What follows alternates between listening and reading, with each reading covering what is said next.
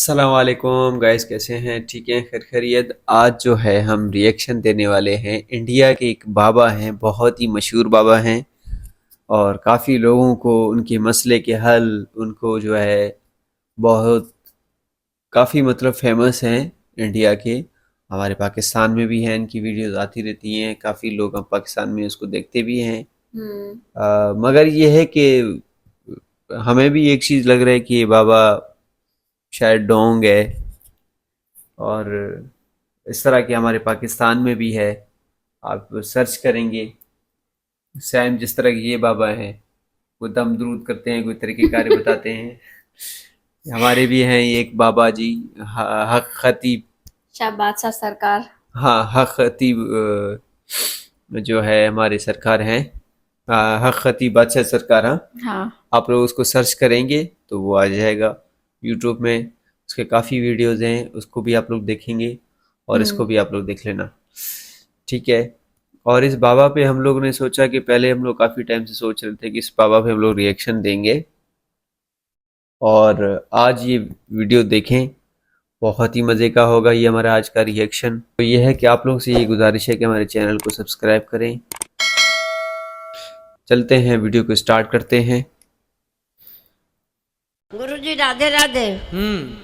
गुरुजी हम लखनऊ से आए हैं। आप ये मेरी बेटी है, इसके साथ हाँ यही मेरी देख रेख करती है। ये मैं चल नहीं पाती हूँ, मुझे ये व्हील चेयर लेके लखनऊ से हमें लेके आई है यहाँ। वाह, अब हमें कोई अच्छा, वहाँ दिक्कत दूर से नहीं लेके है। आई। मेरा एक प्रश्न है, मेरा प्रश्न ये है कि दीपावली में जो गणेश लक्ष्मी खरीदे जाते हैं उनके लिए ऐसा कहा जाता है कि पुराने लक्ष्मी गणेश घर से बाहर कर दिए जाते हैं, नए रख लिए जाते हैं।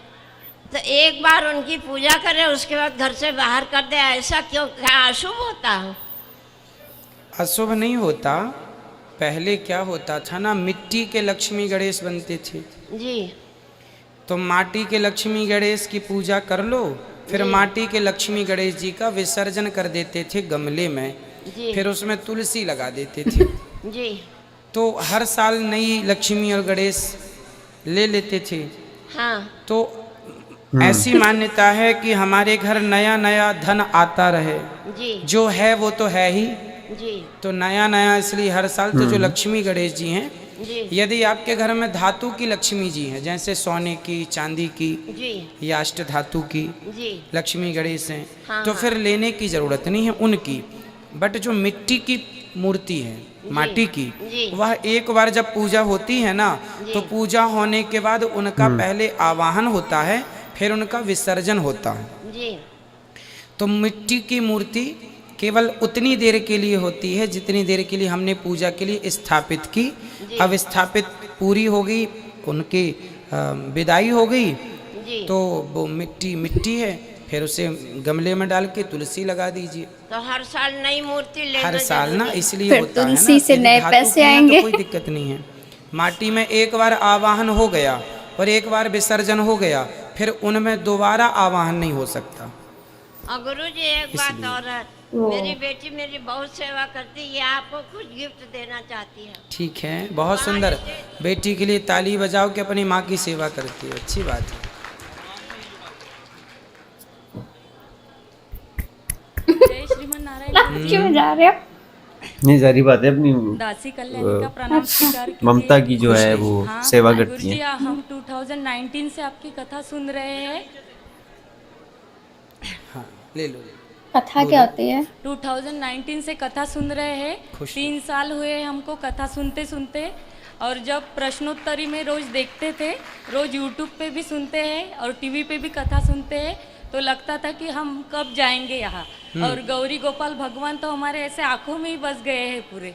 उनको देखते थे रोज तो आंखों में से आंसू निकलते थे, और फिर रोज ऐसे सुनते थे। और हमारे हस्बैंड जो है वो प्रोफेसर है, तो इनको बहुत टाइम बिल्कुल भी नहीं मिलता। मॉर्निंग को जाते तो इवनिंग को ही आते हैं। तो अभी बीच में पता नहीं एक दिन आए और अचानक ही बोला कि रिजर्वेशन कब करना है वृंदावन का। तो हमें ऐसा लगा कि सपने जैसे ही लगा पूरा। हम सोच भी नहीं सकते कि ठाकुर ऐसा जी ने लगो कैसी महिमा की हम पे। और हमने एक बार यूट्यूब पे भी क्वेश्चन डाला था, लेकिन आपने उत्तर नहीं दिया था। तो हमारे बताइए क्या प्रश्न है? हाँ, तो आप भजन में बोलते थे अजामिल और कनिका को तारे, तो हमने अजामिल के बारे में तो सुना है, लेकिन जो आप कनिका या गनिका है, सॉरी गलती हो गई तो उसके बारे में बताइए। गणिका नाम की एक वैश्या थी। अच्छा वह वैश्या एक तोते को लेकर के आ गई। अच्छा। वह तोता अपने घर में रखी, हाँ तो तोता राम राम बोलता था, कोई साधु का तोता था। तो वैश्या तो कभी पूजा पाठ, अब वैश्या तो वैश्या है, पर वो तोता राम राम बोले तो वैश्या केवल सुनती थी, अच्छा कभी बोलती नहीं थी। जब वैश्या की मृत्यु होने का समय आया तो जब मरते समय उसने बोला नहीं, तोते ने राम राम बोला, तो वो सुन रही थी और सुनते सुनते मर गई। तो भगवान ने उसे भी परम गति प्रदान की कि भगवान का नाम सुनते सुनते आइए। तो उस वैश्या पर कृपा हो गई, तो हम और आप पर कृपा क्यों नहीं होगी? वो गणिका है। ठीक है गुरुजी। गुरुजी दूसरा प्रश्न ये है हमारा, दूसरा प्रश्न ये है कि किसी भी हम हिंदू सनातन धर्म से है, माइक पास। हाँ हिंदू सनातन धर्म से है, तो हमें दूसरे धर्म में शादी नहीं करनी चाहिए कि दूसरे जाति में शादी नहीं करनी चाहिए? ना तो दूसरे धर्म में, ना तो दूसरी जाति में। हाँ, तो इसी से रिलेटेड एक क्वेश्चन, मेरे कन्फ्यूजन जो था वो क्लियर करना चाहती हूँ कि आप बोलते हैं कि ब्राह्मण, क्षत्रिय, वैश्य, शूद्र ये 4 व्यवस्था है, और ये भगवान श्रीमन नारायण के एक ही यानी एक ही अंग से चारों का जन्म हुआ है। मुख से ब्राह्मण, हाँ, भुजा से क्षत्रिय। तो ये व्यवस्थाएं है, और ये जो जाति है ये मनुष्य ने बनाई है, तो फिर जो व्यवस्था है ना, उस व्यवस्था का नाम ही ब्राह्मण है, उस व्यवस्था का नाम ही क्षत्रिय, उस व्यवस्था का नाम वैश्य और शूद्र है। अच्छा, तो हमें इसलिए देखो, इसका बहुत बड़ा साइंटिफिक रीजन समझो। ब्राह्मणों का विवाह ब्राह्मणों में इसलिए होना चाहिए क्योंकि ब्राह्मण की बेटी ना बचपन से ब्राह्मणों के रीति रिवाज जानती है। यदि वह क्षत्रियों में चली गई तो क्षत्रियों के रीति रिवाज अलग होते हैं, खान पान, रहन सहन, तो वो वहाँ पे कंफर्टेबल नहीं रहेगी, है ना।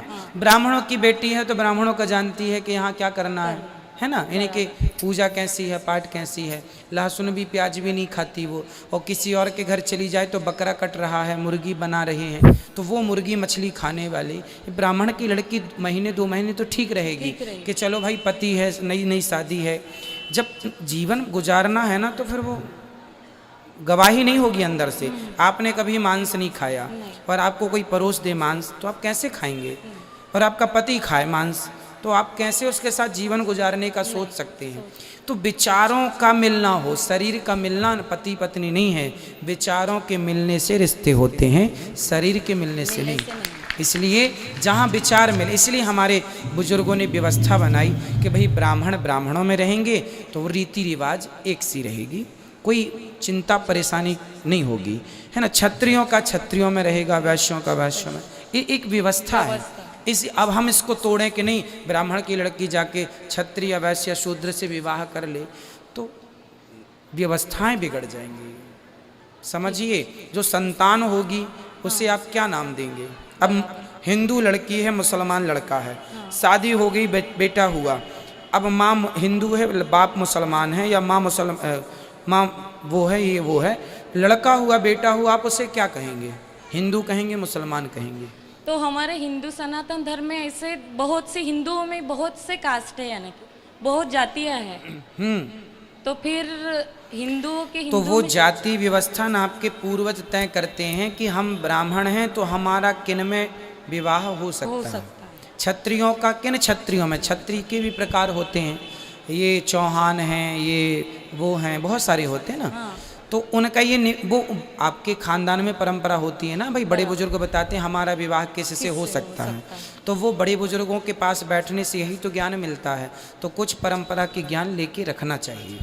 और गुरुजी सब लोग बोलते थे कि हम एग नहीं खाते, अंडा नहीं खाते, तो सब बोलते थे नहीं कि एग नॉनवेज नहीं है, वेज है। लेकिन आपकी कथा से हम दूसरों को भी प्रमाण दे सके, हमारे हस्बैंड को प्रमाण दे सके, क्योंकि वो प्रोफेसर है। तो जब आपने एक बार संडे था कथा में बोला था तो हमने उनको दिखा दिया था कथा में, क्योंकि फिर हम गलत भी साबित नहीं हुए और हम प्रमाण भी दे सके उनको। तो अब नहीं खाते अंडा? नहीं, वो कभी खाते ही नहीं थे। अच्छा। लेकिन डॉक्टर ने ऐसी सिचुएशन आई थी कि बोला था खाने के लिए। देखिए, डॉक्टर लोग जो होते हैं ना, कुछ डॉक्टर तो अच्छे होते हैं, कुछ डॉक्टर तो चाहते ये हैं कि आपका धर्म भ्रष्ट हो जाए।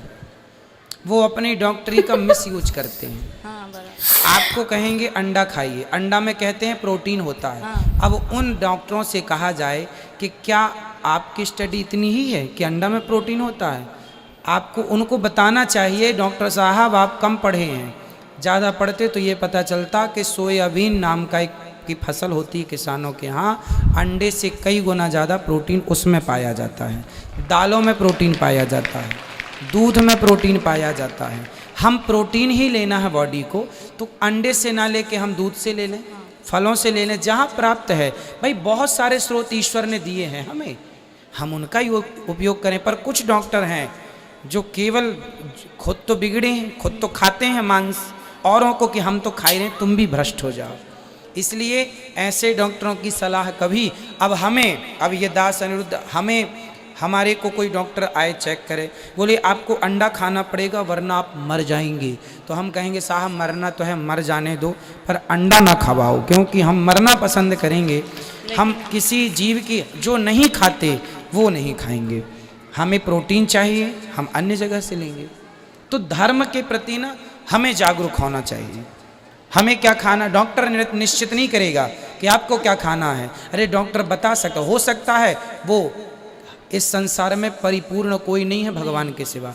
डॉक्टर कितना भी पढ़ लें लेकिन वो भी परिपूर्ण नहीं है, मतलब उनको भी अल्पज्ञता है। यदि पूर्ण ज्ञान होता तो कोई डॉक्टर ये नहीं कहता कि आप अंडा खाइए।